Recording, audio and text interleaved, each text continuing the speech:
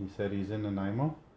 Joel Volodarsky spends a lot of time worrying about his 25-year-old son, Devin, who until 6 years ago had the world by the tail, a good job in logging, and a promising future.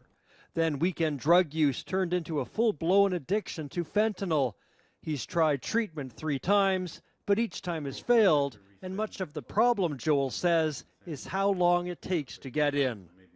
It took us the first time about 4 or 5 months to navigate the paperwork to get him into treatment. The second time was about 5 months with me helping, advocating for him. And the third time it took 6 months to get into a treatment center in Nanaimo, but then he lost his spot because he left to make sure his girlfriend and mother of his child was okay in treatment in Vancouver. Joel says it's critical for a drug addict to get the care when they want it, not months later. It would be really nice that if somebody wanted to get help, if they had a support network that was there in a timely fashion. Not in a month, not in 2 months, 3 months. When you're ready to go. And when you then have to say, oh, well, I can make an appointment for you next week and we can start the paperwork, that's a challenge for someone who is ready now.